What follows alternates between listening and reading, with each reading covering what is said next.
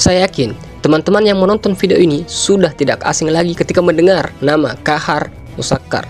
Kahar Muzakar, sang patriot, memiliki sejarah panjang di Republik Indonesia. Kahar Muzakar pernah mendapatkan amanah untuk mengawal presiden pertama Republik Indonesia, yakni Insinyur Soekarno. Lantas, mengapa Kahar Muzakar dicap sebagai pemberontak? Apakah benar? Dan apa alasan Kahar Muzakar melakukan pemberontakan? Saya Andi Rafli Suradi. Langsung saja kita bahas di Bumi Lasura.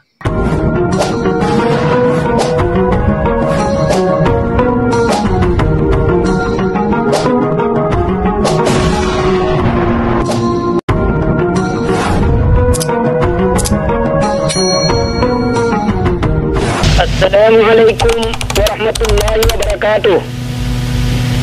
Saudara-saudara, saya Abdul Kahar Muzakar di sini. Saudara-saudara, Masa muda Kahar Muzakar atau Abdul Kahar Muzakar lahir pada 24 Maret 1921 di Luwu, Lanipa, Ponrang Selatan, Kabupaten Luwu, Sulawesi Selatan. Ayahnya bernama Malinrang, keturunan bangsawan yang cukup kaya dan terpandang saat kecil. Kahar Muzakar kerap dipanggil Ladomeng, sebuah kata dalam bahasa Bugis yang berarti domino.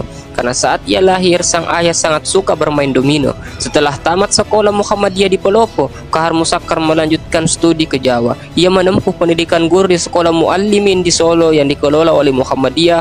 Pada 1941, Kahar pulang ke Sulawesi dan membuat gempar keluarga besarnya karena membawa istri orang Jawa. Di kampung halamannya, ia menjadi anggota pemuda Muhammadiyah dan organisasi kepanduan Hizbul Wathan, serta mengajar di sekolah Muhammadiyah.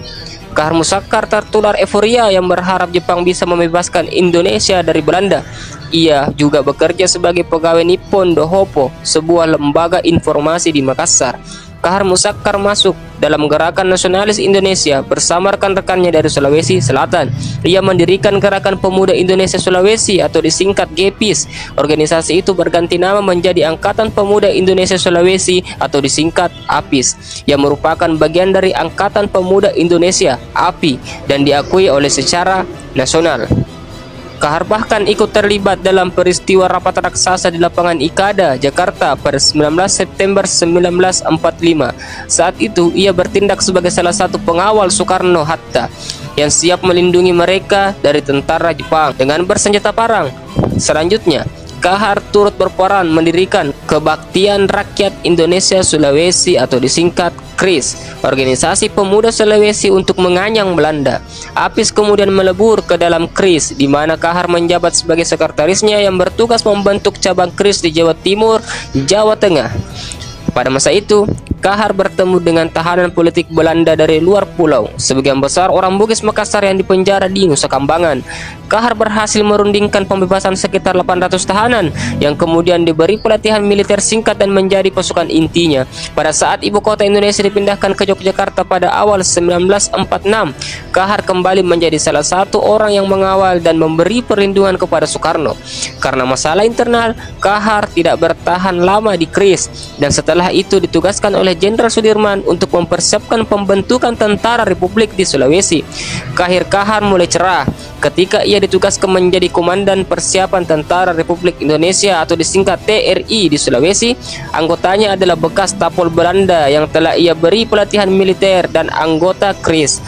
Ia juga ditugaskan membentuk Komando Grup Seberang atau KGS yang meliputi Kalimantan, Sunda Kecil, Maluku, dan Sulawesi.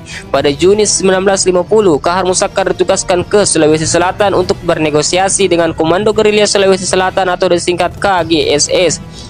KGSS adalah organisasi yang dipakai kaum revolusioner untuk dapat memperjuangkan tuntutan-tuntutan mereka. Organisasi ini dibentuk oleh Saleh Sahban atas perintah Kahar Muzakar. Tidak heran, kelompok ini memberinya pengikut yang kuat untuk mendukung tuntutannya atas kedudukan komando teritorial. Untuk menjadi anggota Angkatan Perang Republik Indonesia atau disingkat APRI tidak dipenuhi pemerintah mengharuskan adanya seleksi terhadap anggota KGSS yang ingin masuk APRI. Merasa lebih senasib, Kahar Muzakar justru mewakili pihak KGSS dalam perundingan dengan AE Kawilarang pada 1 Juli 1950. Dalam pertemuan itu, Kawilarang bukan hanya menolak permintaan KGSS, tetapi juga membubarkan kelompok ini.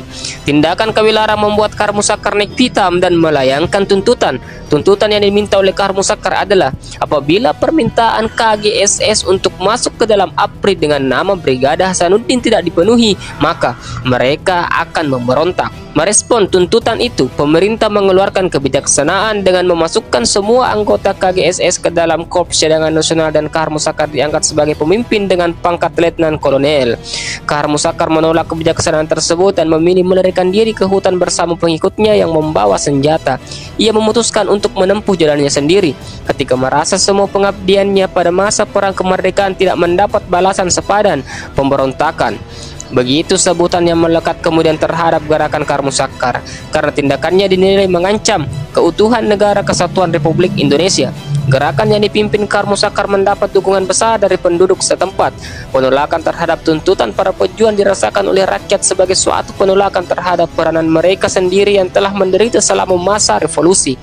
Ribuan orang bersimpati dan menyatakan kesetiaan serta dukungan kepada Kahar Muzakkar dan gerakannya. Gerakan gerilya Kahar Muzakkar melawan pemerintah sudah dimulai pada tahun 1950. Semua bermula dari sebuah perselisihan tentang status militer dan suatu tuntutan akan keadilan. Sejak Kahar Muzakkar dan para pengikut setianya bersembunyi di hutan, pemerintah mengupayakan suatu kompromi.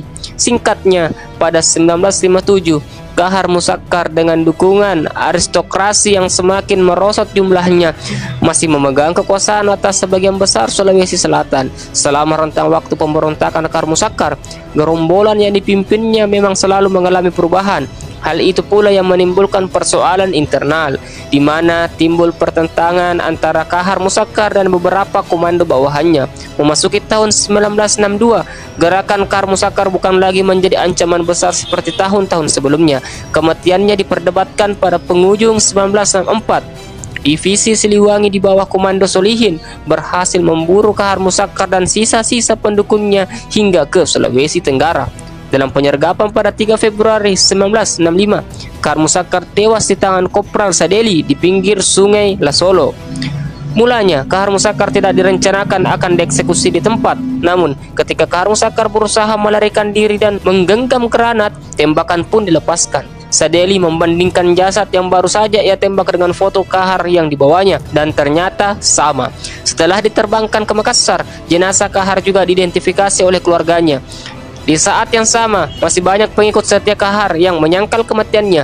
Kahar Muzakkar memang dialu-alukan, khususnya oleh para simpatisannya, sebagai pahlawan rakyat legendaris.